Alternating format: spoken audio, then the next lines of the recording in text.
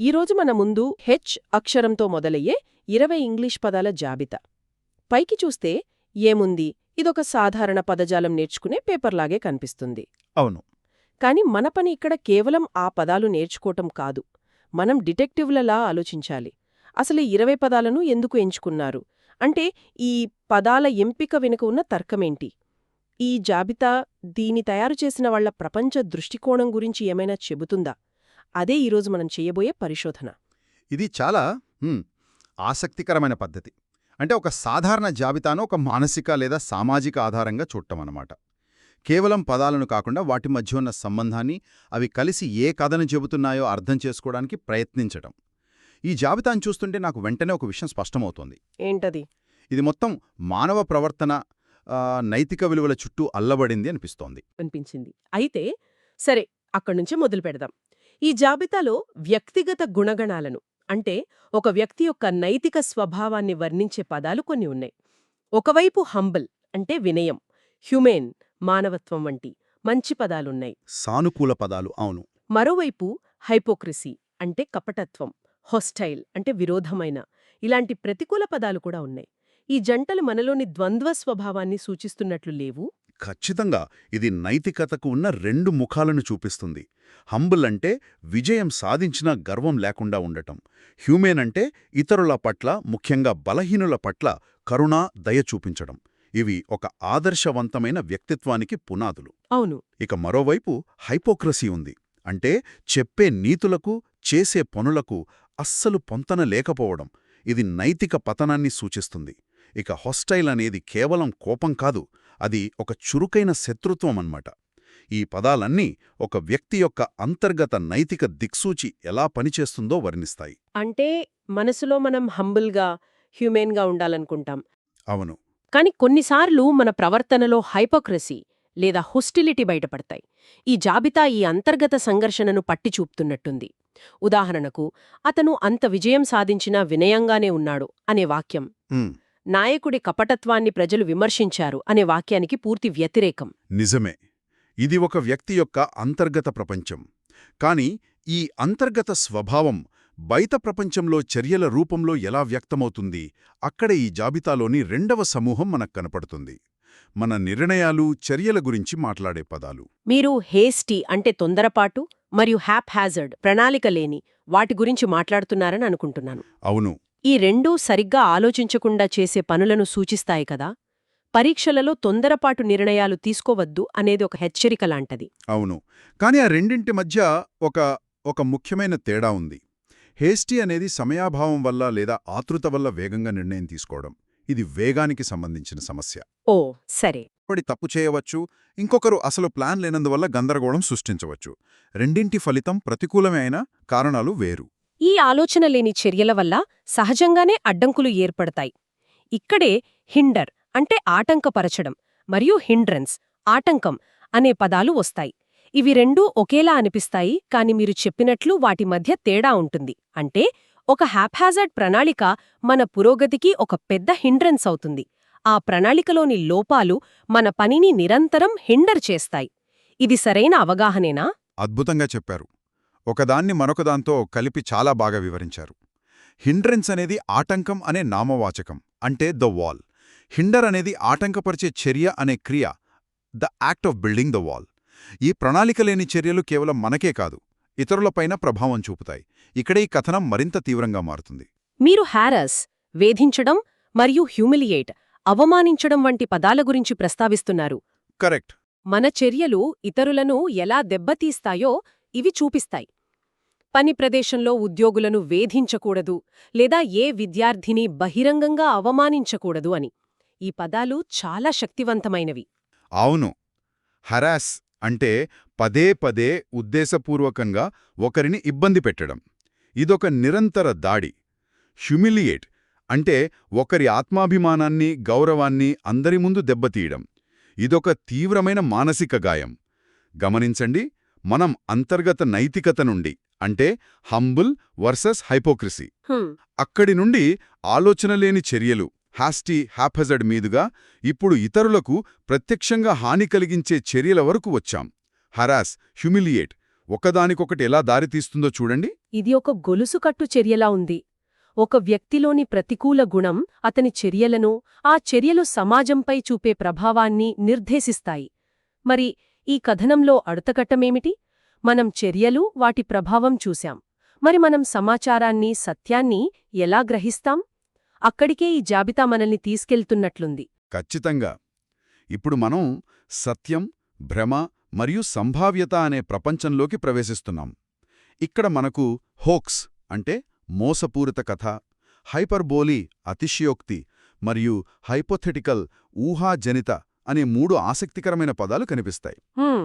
ఈ 3 అక్షరలా నిజం కాని వాటి గురించే మాట్లాడతాయి, కాని వాటి ఉద్దేశాలు పూర్తిగా వేరు. ఆ తేడాను కొంచెం వివరిస్తారా? ఉదాహరణకు, వైరల్ అయిన సందేశం ఒక బూటకం అంటే హోక్స్ అని తేలింది. ఇది ఉద్దేశపూర్వక మోసం. కాని నేను శాశ్వతంగా వేచి ఉన్నాను అనేది హైపర్బోలీ. అది మోసం కాదు కదా. సరిగ్గా చెప్పారు. హోక్స్ వెనుక ఉన్న ఉద్దేశం మోసం చేయడం, నమ్మించి దగా చేయడం. కానీ హైపర్బోలీ అనేది ఒక అలంకారం. విషయాన్ని నొక్కి చెప్పడానికి, భావోద్వేగాన్ని బలంగా తెలియజేయడానికి వాడతాం. అవును, నిజమే. ఇంటర్నెట్ భాష మొత్తం హైపర్బోలే కదా. This is the best video ever అన్నప్పుడు అది నిజంగా చరిత్రలోనే ఉత్తమ వీడియోని ఎవరు అనుకోరు. లేదు. అది కేవలం ఉత్సాహాన్ని చూపించే పద్ధతి. మరి హైపోథెటికల్, వారు ఒక ఊహాజనిత పరిస్థితిని చర్చించారు. ఇది మోసమూ కాదు, అలంకారమూ కాదు. ఇది నాకెప్పుడూ ఒక ఆలోచనా సాధనంలా అనిపిస్తుంది. అదే దాని అసలు ప్రయోజనం. హైపోథెటికల్ అనేది ఒకవేళ ఇలా జరిగితే అనే ఊహాజనిత పరిస్థితిని సృష్టించడం. ఇది విమర్శనాత్మక ఆలోచనకు, ప్రణాళికకు, సమస్యల పరిష్కారానికి చాలా అవసరం. శాస్త్రవేత్తలు ఒక సిద్ధాంతాన్ని పరీక్షించడానికి, వ్యాపారవేత్తలు మార్కెట్ వ్యూహాలను రూపొందించడానికి హైపోథెటికల్స్ను వాడతారు. అవును. కాబట్టి ఒకటి మోసం, హోక్స్, ఒకటి అలంకారం, హైపర్బోల్, మరొకటి ఆలోచన సాధనం, హైపోథెటికల్. సత్యంతో మనకున్న సంబంధం ఎంత సంక్లిష్టంగా ఉంటుందో ఈ 3 పదాలు చూపిస్తాయి. ఈ అనిశ్చితి, సత్యం మధ్యలో హెజిటెంట్ అంటే సంకోచించడం, ఈ పదం సరిగ్గా సరిపోతుంది. ప్రశ్నకు సమాధానం చెప్పడానికి అతను సంకోచించాడు అంటే అతనికి సమాధానం తెలియదో లేదా తెలిసినా చెప్పడానికి భయపడుతున్నాడో, ఆ క్షణంలో అతను సత్యం విషయంలో అనిశ్చితిలో ఉన్నాడు. అవును, అది సరైన నిర్ణయం తీసుకోవడానికి లేదా ఒక అభిప్రాయం చెప్పడానికి ముందుండే మానసిక స్థితి. ఈ అనిశ్చితి నుండి బయటపడ్డానికే మనం హైపోథెటికల్ పరిస్థితులను చర్చిస్తాం. చూడండి, పదాలన్నీ ఎలా ఒకదానితో ఒకటి ముడిపడి ఉన్నాయో. ఇది అద్భుతం. మనం వ్యక్తిగత నైతికతతో మొదలుపెట్టి చర్యలు, వాటి ప్రభావం, సత్యం యొక్క సంక్లిష్టత వరకు వచ్చాం. ఇక ఈ జాబితా మనల్ని ఒక పెద్ద చిత్రానికి తీసుకెళ్తున్నట్లుంది. అంటే వ్యక్తిగత స్థాయి నుండి సామూహిక పరిస్థితులు, సంకేతాల వైపు. అవును, చివరి విభాగం అదే. ఇక్కడ మనకు హ్యాప్లెస్ దురదృష్టవంతుడు, హోమోజీనియస్ ఒకే రకమైన, హార్మోనియస్ సామరస్యపూర్వక, మరియు హైనెస్ ఘోరమైన వంటి పదాలున్నాయి. ఇవి ఒక వ్యక్తి లేదా సమూహం యొక్క స్థితిని వర్ణిస్తాయి. హ్యాప్లెస్ అనేది ఒక వ్యక్తి యొక్క దురదృష్టకరమైన స్థితి. ఆ దురదృష్టవంతుడు మళ్లీ తన సామాను పోగొట్టుకున్నాడు. అతని తప్పు లేకపోయినా పరిస్థితులు అతనికి వ్యతిరేకంగా ఉన్నాయి. పాపం అనిపిస్తుంది. అవును, సానుభూతిని కలిగిస్తుంది. మరోవైపు హోమోజీనియస్ అనేది ఒక సమూహం యొక్క లక్షణం. నమూనా సమూహం వయస్సులో ఏకరీతిగా ఉంది. ఇది గణాంకాలకు, పరిశోధనకు సంబంధించిన పదం. ఇక హార్మోనియస్ మరియు హైనస్ చూడండి. ఇవి ఒక సమాజం లేదా పరిస్థితి యొక్క 2 తీవ్రమైన స్థితులను వర్ణిస్తాయి. బృందం సామరస్యపూర్వకంగా పనిచేసింది అంటే హార్మోనియస్. ఇది సహకారం, శాంతి మరియు ఐక్యతను సూచిస్తుంది. ఇది మనం కోరుకునే ఆదర్శవంతమైన స్థితి. దానికి పూర్తి వ్యతిరేకం హైనస్. అదొక ఘోరమైన నేరం. ఇది నైతికంగా అత్యంత క్రూరమైన, క్షమించరాని చర్య. ఇది సామాజిక సామరస్యాన్ని పూర్తిగా నాశనం చేసే చర్య. కాబట్టి మన చర్యలు హార్మోనియస్ సమాజానికి దారితీయచ్చు, లేదా హేనస్ నేరాలకు కారణం కావచ్చు. ఈ జాబితా మొత్తం ఒక నైతిక పాఠంలా ఉంది. ఈ పరిస్థితులను గమనించి భవిష్యత్తును సూచించే పదాలు కూడా ఉన్నాయిందులో. హెరాల్డ్, దేనికైనా నాంది పలకడం, మరియు హీడ్, గమనించు, పాటించు. కరెక్ట్. హెరాల్డ్ అనేది రాబోయే మార్పుకు సంకేతం. కొత్త విధానం పెద్ద సంస్కరణలకు నాంది పలుకుతోంది. ఇది భవిష్యత్తు సూచిక. వసంతానికి ముందు పూసే పువ్వులు వసంతానికి ఒక హెరల్డ్ లాంటివి అన్నమాట. హీడ్ అనేది ఆ సంకేతానికి లేదా హెచ్చరికకు మనమివ్వాల్సిన ప్రతిస్పందన. ఓకే.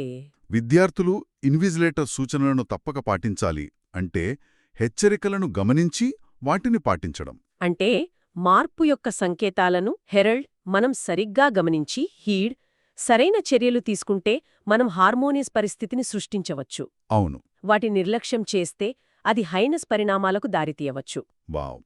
ఈ 20 పదాలు కలిసి ఇంత లోతైన కథను చెబుతాయని నేను అస్సలు ఊహించలేదు. నిజమే.